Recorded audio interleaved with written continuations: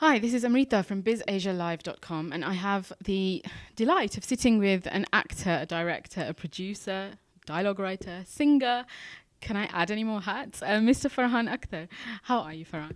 I'm very well. How are you? I'm very well, thank you. It's lovely to have you in London.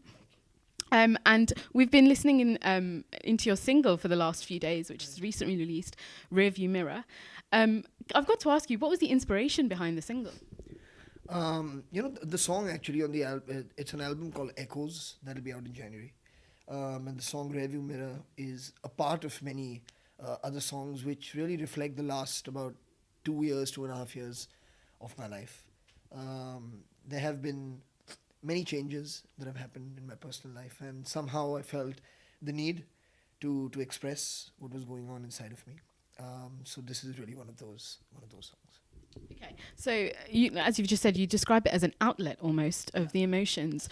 So when you begun writing the song or the album, where did you go first? Did you go to the feelings and bring out the words, or the compositions?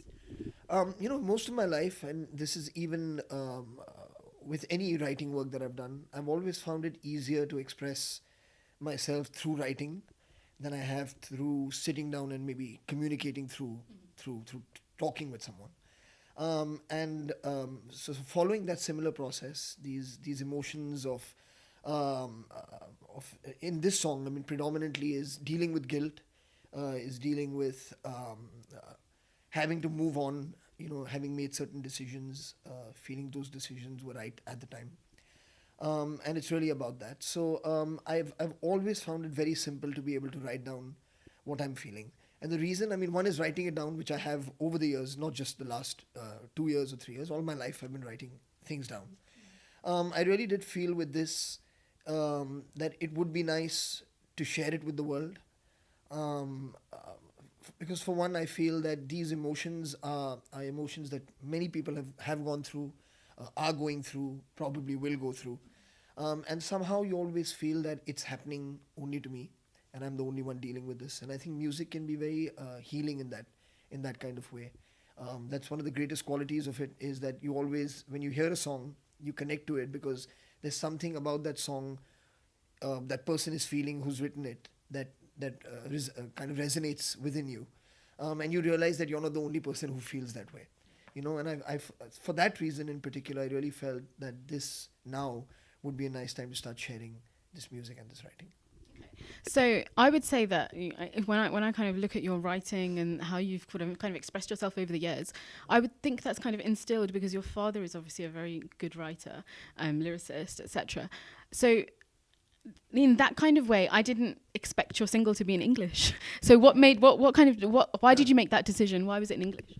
I think that's really a matter of the kind of schooling that he had and the kind of schooling I think that I had. I mean, for him, Urdu and Hindi is his first language. For me, because I studied in English, I was taught every single thing, a language apart from Hindi in English. It really becomes it emerges as your thinking language. So for me, when I'm writing for myself, it's always easier to write and express myself in English. Most of the books that I grew up reading were English books. I mean, my largest Hindi influence really was movies, and speaking to my dad because he made it a point that he speak to Zoya and me in Hindi or in Urdu.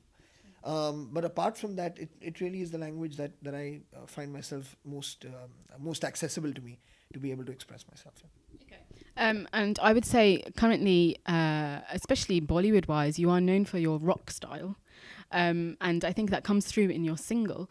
But in terms of the whole album, will it all of them be kind of rock style and in English? I mean, there's from rock style. There's a song that has a bit of swing to it. There is a song that is kind of bossa nova style. Then there are songs which are very acoustic, very naked. It's more or less just a guitar and voice. And then there's some which is like the whole shebang, with funk and horns playing at the back and stuff. So it really has many different forms of expression in it. But it falls, I mean, if you have to really, really categorize it, it is kind of alternate rock, meet a slight folksy acoustic vibe is singer-songwriter vibe, which is what the album would be, I think. And out of the album, obviously, I'm not sure how many songs there are, but why did you choose a Rearview Mirror as your first? There's 11 songs on the album. And I mean, the Review Mirror song is not really just, it's not predominantly just my choice. You know, there's people who've listened to the album who've recommended that we go with this song first. I'm happy to share all the music at one time, you know, if I had my way. But I believe there are people who know the business of it way better than me.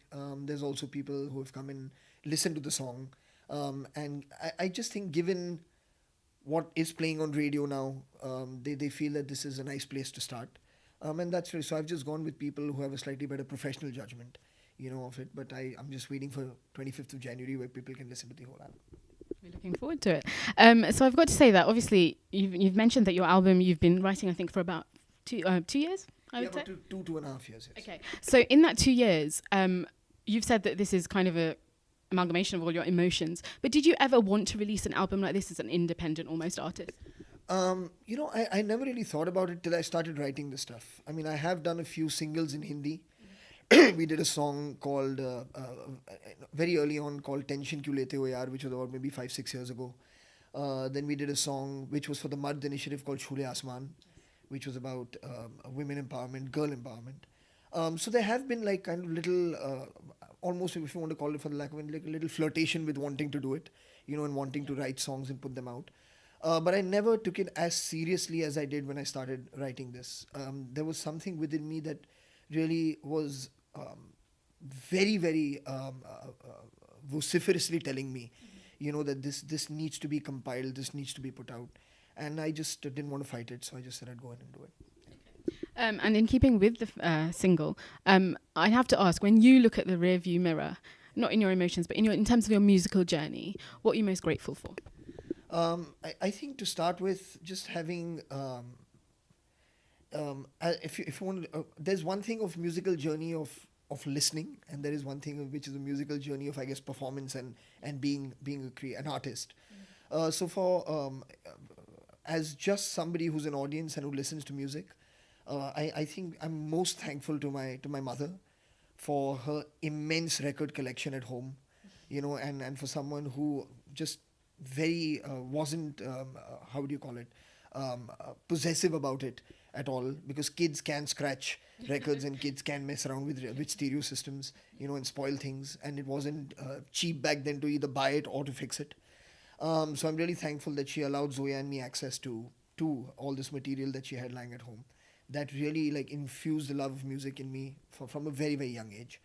And as a creator, I think is having met the right people at the right time. You know, my love for guitar was there from a very young age, when I was a huge fan, still am, of the Beatles. And I wanted to play guitar. And somehow I was very shy about saying that that's what I wanted. But then I met like friends who were in bands, and they could see that I loved playing guitar. So, you know, they would give me chord sheets to like follow. So just from that basic start, you know, to having met people like Sarosh, who's been in the band with me for the last 5.5 years, who's really, through him, I felt very empowered as a performer on stage. He's like an anchor point for me, you know, when I'm on stage, and has always been very supportive of the songwriting in the last 2.5 years. If I've ever wanted to discuss, you know, like bridge parts with him or anything with him, he's like, yeah, I'll come over and meet you. So he's been amazing. And then, of course, there's Anurag, you know, from Canvas Talent, who's kind of put this entire thing together, got me in touch with all the right people to put this album together. So I do feel very fortunate on that level, yeah. Of course. Now, I've got to say that obviously Biz Age Alive are online media partner for your forthcoming concert tour in the UK. And we are absolutely looking forward. I think we've been waiting for quite a while to have Farhan live here. And the artists who previously have done concerts here have mentioned that London is kind of a hotspot, if you like. Is that how you feel? You know, I'm very excited about coming here to play. It has been a fantasy of mine ever since I started performing, you know, to come to London or to England and play. And we've come very close on a couple of occasions. And somehow, just, you know, when you're about to sign the contract and say, okay, this tour will happen, it hasn't. So I really look forward to it. I know people like many music directors who've come here and played have always said they've had a wonderful time and that the audiences are great. So I look forward to being here and entertaining them on that evening. Okay. So can you give me a little idea of what to expect in that concert, in those concerts? Should I say? What to expect on?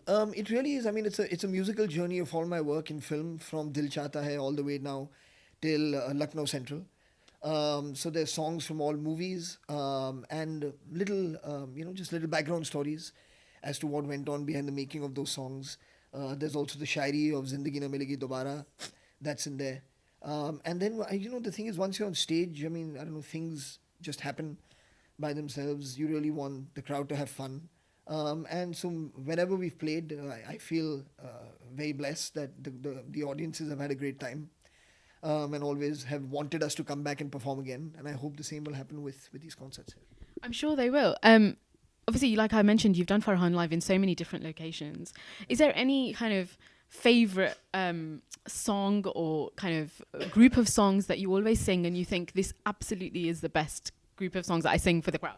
I don't think of it really like that. I mean, but you can see what gets the crowd going. Yeah. That you can see.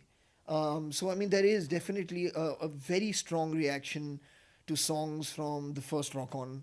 There's very strong reactions to Señorita from Zindagi Na Milegi Dobara. There is a very strong reaction to Zinda from Bhag Milka Bhag. Yes. So those songs that you notice that there's a certain I guess X factor love that people have, for that music, for Dil Chahta Hai, the title song. But people seem to have fun throughout the thing, because there's also songs that are not only how would you call it, either dance songs or like kind of rock power songs. There's more sensitive songs. There's Tomoto, which also people react in a very different kind of way. But it's a very a very healthy set of hit songs, if you want to call it that. So people do tend to enjoy themselves quite a bit. Only because you've mentioned it a couple of times, I have to add in the question. There's been rumours of a sequel to Zindagi Na Milegi Dobara, and I know we love it. Yes, I hope those rumours are true. Whoever has fantasized about this happening, please know that I'm in the same boat as you. I would love for that to happen. And whether it's Ritik, Abhay, Katrina, Kalki, myself, we are always telling Zoya and Rima, please do think of it. So hopefully they will. I mean, now Rima's finished Gold. Yes. Zoya's just finishing Gully Boy. They'll have some time now together. So we'll maybe lock them in a room and say, just go for it for a few days. Perfect timing. Okay. I'm going to end it there. It's been lovely talking to you, Farhan. And I wish you all the best with your single, your album, and obviously look forward to seeing you in concert. Thank you. Thank you so much. Nice problem. And that's Amrita from BizAsiaLive.com with Farhan Akhtar signing out.